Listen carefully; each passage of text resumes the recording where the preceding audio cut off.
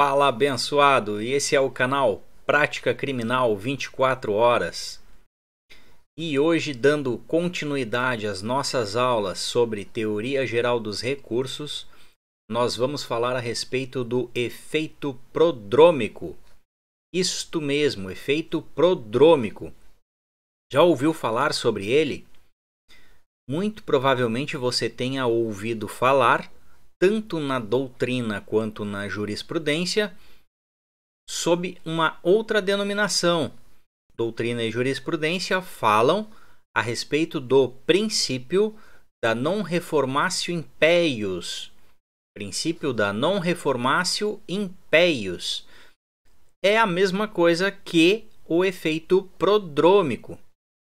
O efeito prodrômico nada mais é do que, uma vez que o indivíduo haja apresentado um recurso de maneira individual, ele não pode ter a sua situação piorada pelo juízo com base neste recurso. Na área da ciência, na área da medicina, o sinal prodrômico guarda relação com o aparecimento, o surgimento de sinais que indicam uma piora no estado de saúde da pessoa. Assim também é no processo penal. O efeito prodrômico, ele traz um prejuízo para o réu acusado, caso aplicado. Então, por isso, quando se pensa sobre o efeito prodrômico, o melhor é que se pense sobre a proibição de aplicação do efeito prodrômico, para que este não traga prejuízos ao réu. E a partir de agora, então, tratando este efeito prodrômico com o seu nome mais conhecido, que é o princípio da non reformatio impejus, vamos ver qual o seu conceito?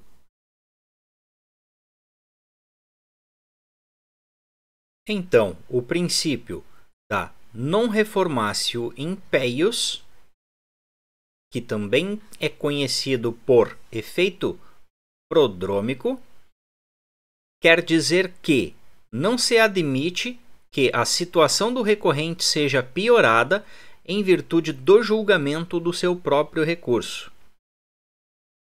Imagine o caso, por exemplo, de alguém que, condenado por uma sentença de juiz de primeiro grau, apresenta uma apelação. Desta apelação, sendo somente ele o recorrente da sentença, ou seja, o Ministério Público não apresentou o recurso, então o tribunal, julgando este recurso exclusivo da defesa, não poderá piorar a situação do recorrente.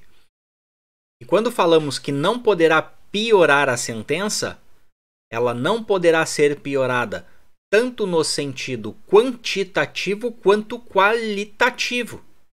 Ou seja, não poderá piorar tanto na quantidade de pena quanto na qualidade da pena. E também não poderá piorar no sentido de corrigir qualquer tipo de erro material, verificando-se, por exemplo, que o juiz de primeiro grau decidiu de maneira equivocada, errada, ou seja, faltando alguma coisa, o tribunal não poderá reformar aquela sentença de maneira a corrigir o erro material para justificar uma piora na decisão.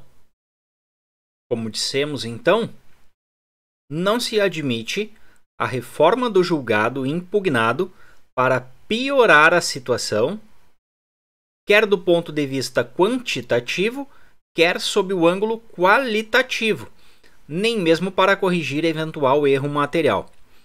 Precisamos destacar ainda que, com relação ao princípio da non reformatio impeius, trata-se de um consectário da ampla defesa, Isto quer dizer que a non reformatio impeius está concentrada dentro do princípio da ampla defesa. Para garantir que o indivíduo possa recorrer, sabendo que, se somente ele recorrer, se o Ministério Público não recorrer da sentença e o indivíduo recorrer de maneira exclusiva, o tribunal não poderá piorar a sua situação. Por isso, dentro do princípio da ampla defesa, está a garantia de que, recorrendo exclusivamente à defesa, o tribunal não poderá piorar a situação. O tribunal não poderá piorar a situação do recorrente. Há que se destacar de todo modo que, para a doutrina e jurisprudência que entendem que o princípio da non reformatio impeius encontra-se ancorado no princípio da ampla defesa, esta é uma visão constitucional. De todo modo, temos doutrina que vai no sentido de entender o princípio da non reformatio impeius como sendo um princípio de envergadura legal. Esta parte da doutrina entende desta forma por encontrar a previsão legal deste princípio no CPP. Vejamos artigos 617 e 626 do Código de Processo Penal. Vejamos então. Código de Processo Penal, artigo 617. De acordo com o artigo 617, o tribunal, câmara ou turma atenderá nas suas decisões ao disposto nos artigos 383, 386 e 387, no que for aplicável, não podendo, porém, ser agravada a pena quando somente o réu houver apelado da sentença. Vejamos o que diz o artigo 626. De acordo com o artigo 626, julgando procedente a revisão, o tribunal poderá alterar a classificação da infração, absolver o réu, modificar a pena ou anular o processo. Porém, de acordo com o parágrafo único do artigo 626, de qualquer maneira, não poderá ser agravada a pena imposta pela decisão revista. Então, de acordo com uma segunda corrente, o princípio da non reformatio impeius estaria ancorado apenas no ordenamento legal, não tendo desta forma um caráter constitucional. Vale destacar ainda que o princípio da non reformatio impeius, ou seja, a proibição de se piorar a decisão para o recorrente quando de uma apresentação de defesa exclusiva, aplica-se tanto a recursos, quanto a habeas corpus, quanto a revisões criminais. Em todos os aspectos, trata-se de uma previsão constitucional e, deste modo, não poderá ser piorada a situação do acusado. Trazendo para vocês um caso prático. Imagine a situação em que o réu foi condenado à prisão.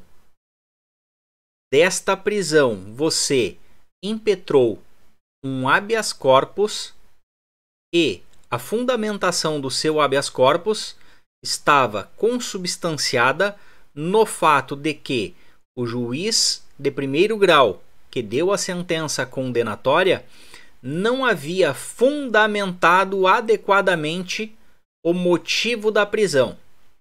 Você apresenta o habeas corpus e, no tribunal, o relator, ele conhece do seu habeas corpus, entretanto, ele pede explicações ao juízo de primeiro grau, mandando inclusive que este juiz reforce a fundamentação. Isto não é permitido. Isto é trazer para o recorrente a aplicação de um efeito prodrômico.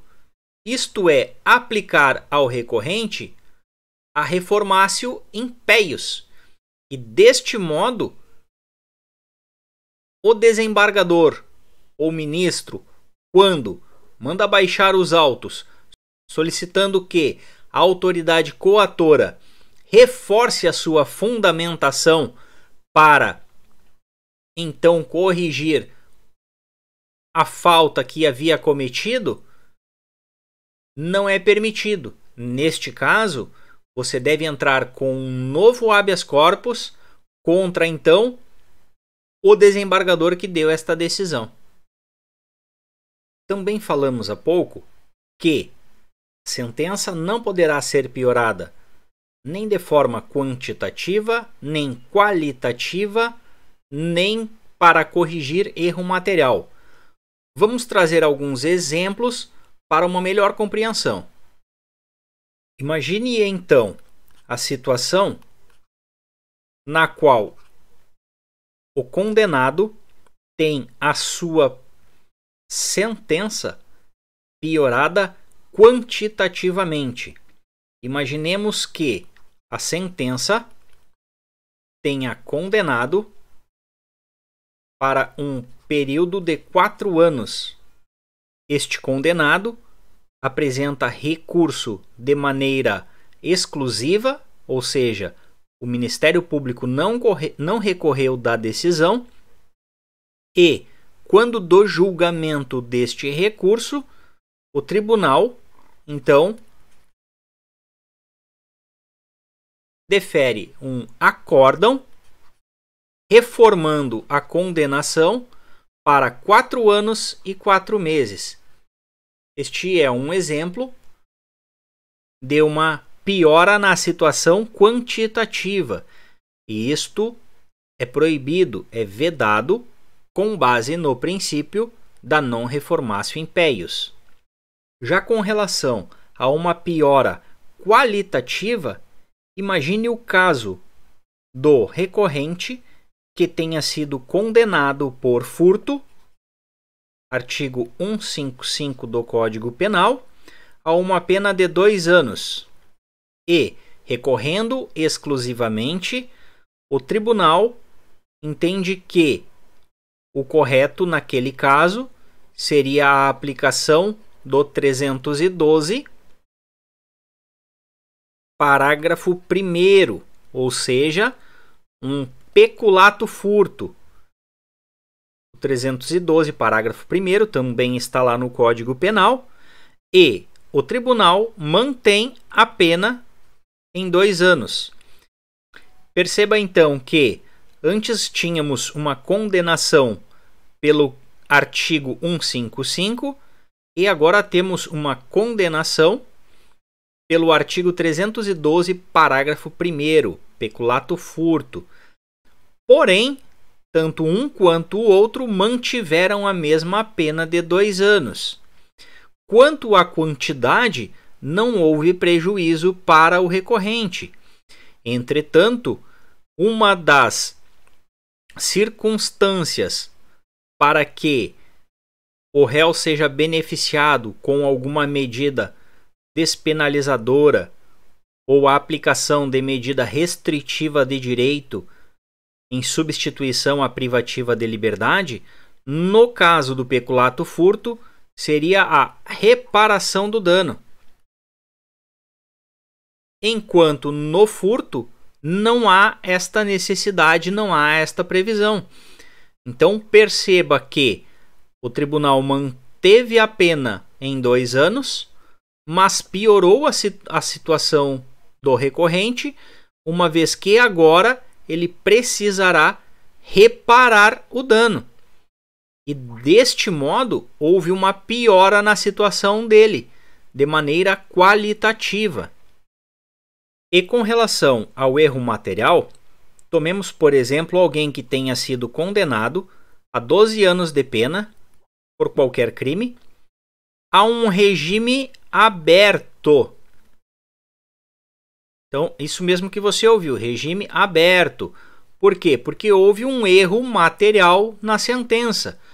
O juiz, no momento de aplicar o regime de cumprimento de pena, manteve o regime aberto. Ministério Público também não observou este detalhe e o recorrente, querendo diminuir a sua pena de 12 anos, entra com um recurso e o tribunal percebe esta falha. Então o tribunal, mexendo ou não na pena de 12 anos, manda que seja corrigido o regime de cumprimento de pena. Ou seja, o correto no caso seria um regime fechado. Porém, uma vez que houve erro material por parte do juiz, o tribunal não pode modificar. Também não pode devolver para o juiz o ACO para que faça a modificação, porque flagrantemente vai contra o princípio da não reformatio impeius. E para que este vídeo não fique em demasiado longo, extenso, vamos ficando por aqui, mas ainda teremos na continuidade outras aulas falando a respeito do princípio da não reformatio impeius. Forte abraço!